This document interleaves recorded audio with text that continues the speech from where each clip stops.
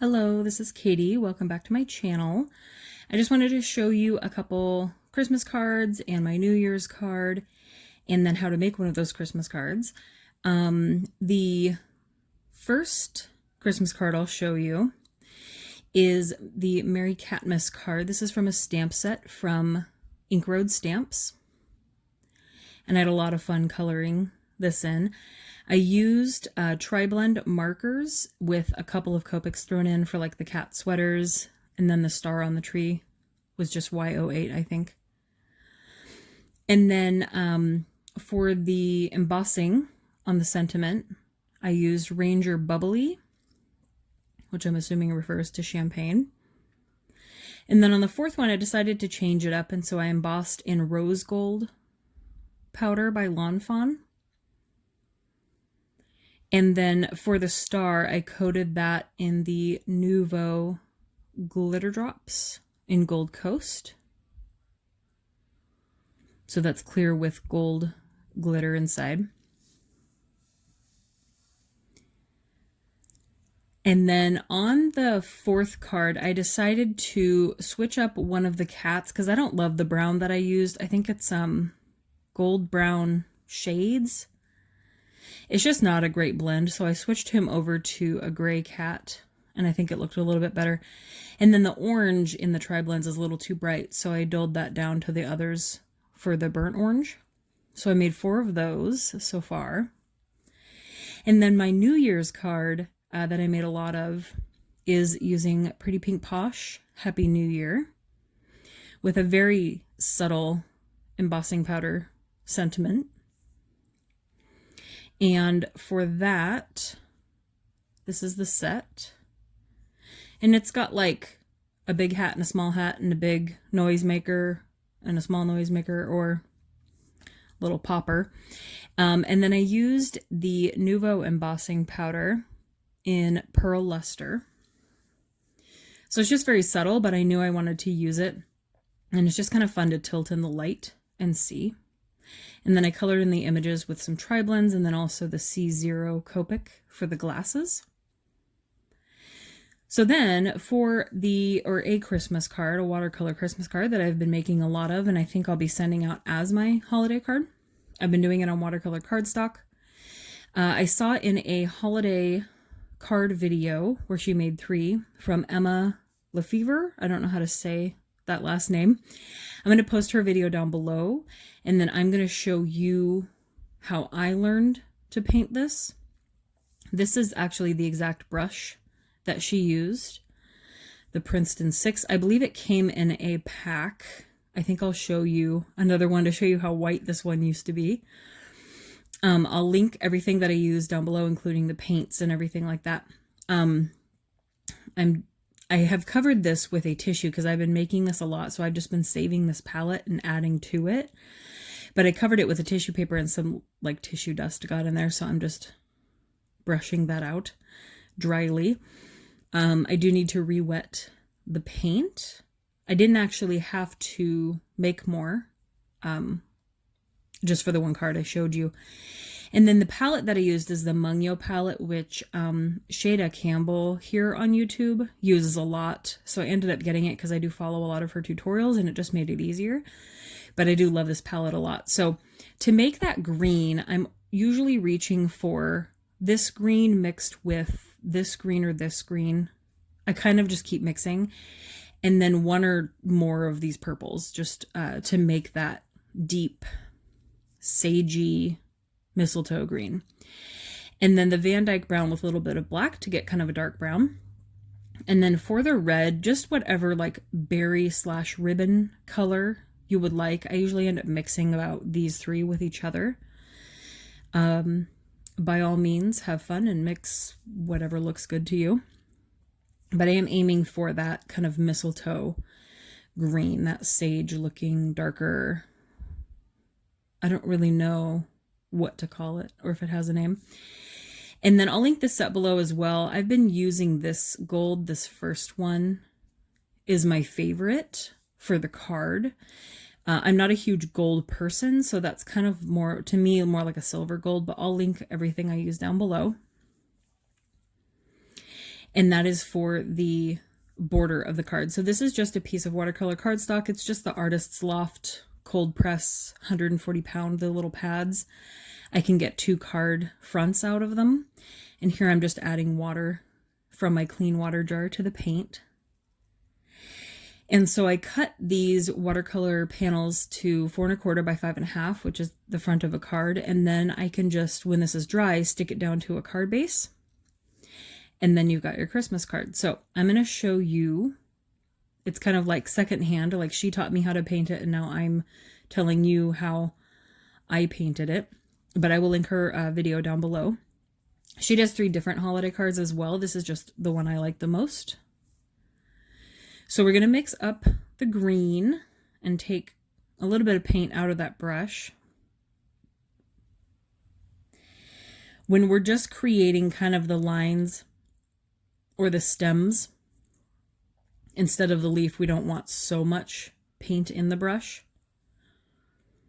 I think I decided I needed to add more water, so I'm picking up more clean water and dropping that in. It was a little thicker than I was ready for. And I wanted to do this in real time. I didn't want to speed it up because I couldn't do a live voice talking, but I wanted to make sure I could voice over and explain enough. I know this isn't zoomed in, but I'm hoping this still is helpful. So I'm using the very tip of the brush and I am starting the card technically upside down. And I found it's easier for me to kind of create, like pre-create branches, not branches, they're little stems to start with before I go in and make some leaves.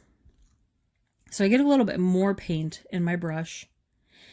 And here is where I'm actually learning to control the brush and go slowly enough so that my thirsty paper doesn't just soak it up and then, you know, I get dry spots on the paper. But my practice that I've been doing is trying to get these like rounded leaves like a mistletoe has, and trying not to flick that brush tip at the end so that it ends up either kind of splattering a little. There are a couple where I get a little tiny point on the end, but I'm trying not to do that. I'm trying to lift it up so I get that rounded, and I know it's kind of hard to see because I'm covering it, but it does take a lot of practice. I've painted a lot of these. Trying not to flick the end so that you get this kind of like little fork at the end that is clearly looks unintentional when you're trying to get kind of rounded leaves. And if you end up with, you know, a puddle of paint at the end, I've just been leaving those. They honestly look good when they dry. You can also, I think you saw me at the beginning, you can kind of move the paint backward to spread it. You can also let the paint out of your brush on a paper towel and then go back and pick some of it up and do the same, let it out of your brush. So you don't have to have that puddle of paint. You can go pick up, you know, with a thirsty brush, go back and pick up some of it and take it out. But I do like the look of it that it's been leaving. And if you do kind of get a point, you can do what I'm doing and kind of round it out and bring some of that paint back upward as well. I pre-make some of these stems because I just find it hard to kind of make sure there's enough room. And I don't mind the look of overlapping. I just didn't want to do that on mine. You can wait till these dry and you can do more leaves over them. I believe in watercolor, it's called glazing as a technique, where you would, it's kind of transparent. You would then see, you know, kind of both leaves, but they are overlapping each other. You can do that as well. I would just give it enough time to dry, or use a heat gun. And you kind of just paint whatever looks good. At one point, I'll turn it upright so I can look at it. As I've been painting these, partway through, I'll turn it and look at it as if I'm looking at it, you know, how it's going to be on the card, and see if there's enough on the left or the right or the bottom, and then find out where I want to paint more, because it's kind of hard to get that perspective when it's upside down.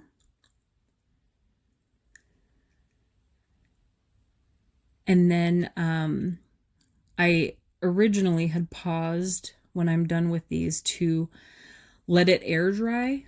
But it wasn't drying quickly enough for me, so then I decided to use my heat gun, which does kind of warp the paper, so I didn't fully dry it with the heat gun, just to make sure at least the edges were dry so that I could keep going with what I was going to add. And I think this will be my last leaf. Trying to keep that rounded leaf situation. So you'll know when it's enough and when it looks like what you want it to look like. And I'll pause. You're not gonna notice any time pass, but I'll pause for a minute. But then I'm gonna heat gun, and so it'll be just mostly dry because it's pretty wet right now. So you can see the ends curled up a little bit after my heat gun drying, but the edges are pretty much dry. So for the next part, we're just gonna add, like in her video, she adds little, kind of like little brown twigs, but they're so very small, I wouldn't even call them twigs. It's just kind of a placement for the berries. And I think I was talking with someone and they said something about mistletoe berries being white, which is very possible, but she painted red berries and I painted red berries and I think it looks good, so it could be incorrect, but I still haven't looked that up. I know that I've had real mistletoe. I usually hang real mistletoe for Christmas, but I don't know if I've ever seen berries on them, just the green part.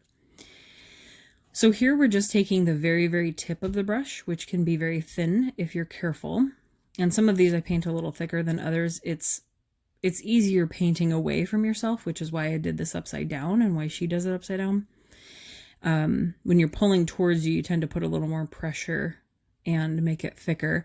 But like at the base of the leaf and the end of the leaf, especially on anywhere it came to a point where you didn't want it to, you can kind of turn that into these little brown twig lines and cover it up with berries so you can disguise it. And so just kind of add them. I try to add them on every leaf base up at the top. That gap is where we're going to put a bow. So that's why I left a gap up at the top so that we don't have to paint over the green to make the bow. It ends up looking really cool. And then I'm just finding the last few spots to add the brown. And then, since those are so thin, they're going to dry almost right away. We can go in and get some red on our brush. And I'm just mixing it around because it was dry before that. And I'll put that red in your view.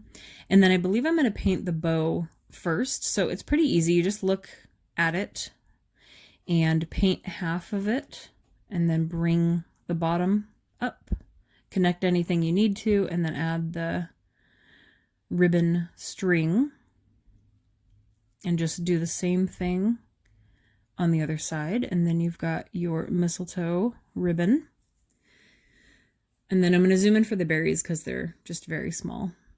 And so you're just kind of twirling or swirling the very small tip. You can make the berries as big or as small as you want, but you're kind of just twirling it or swirling it in a circle to create the little circle berry blob. And you'll see those dry as you go because they are also very small.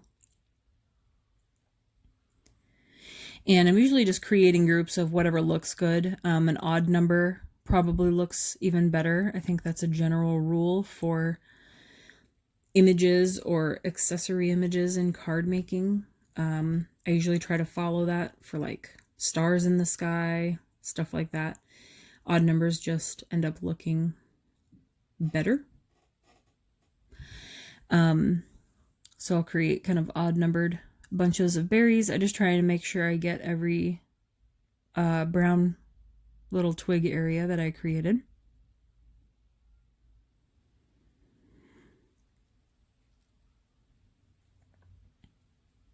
I know this is a lot of little detail. but I didn't want to speed this up. I wanted to make sure it was real time, especially if you wanted to get out some watercolors and watercolor paper and try it. I know I went and bought the exact brush that she had, but I didn't have a brush like this, and I just couldn't get it to work with the one that I had. It is a very cheap brush set. I'll link it down below. I think it's good to have. But it's definitely made, you know, trying to copy what someone is doing or copy a tutorial essentially a lot easier. I just didn't have a good round brush with a good tip that was kind of built like this one.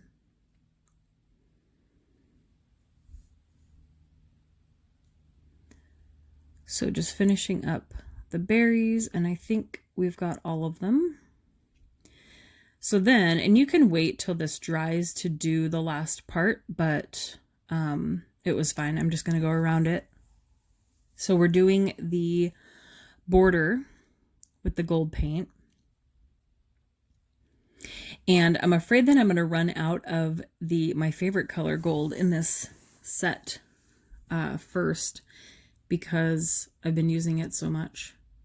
And I have used the others. They're just so brassy to me.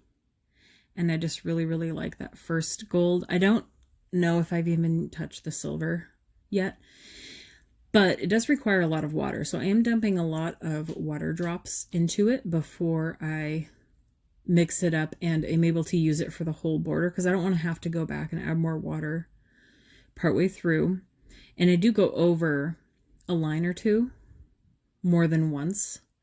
If, you know, dragging the line, if I ran out of paint a little too early, you can always just go over it. It is going to be a freehand line. It's not meant to be straight.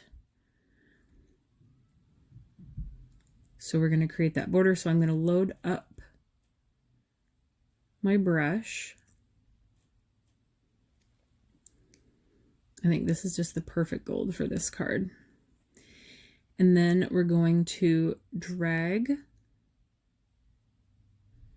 across the top and just stop at about where we're going to start the next one, and fill in any kind of, where you can see the paper through it.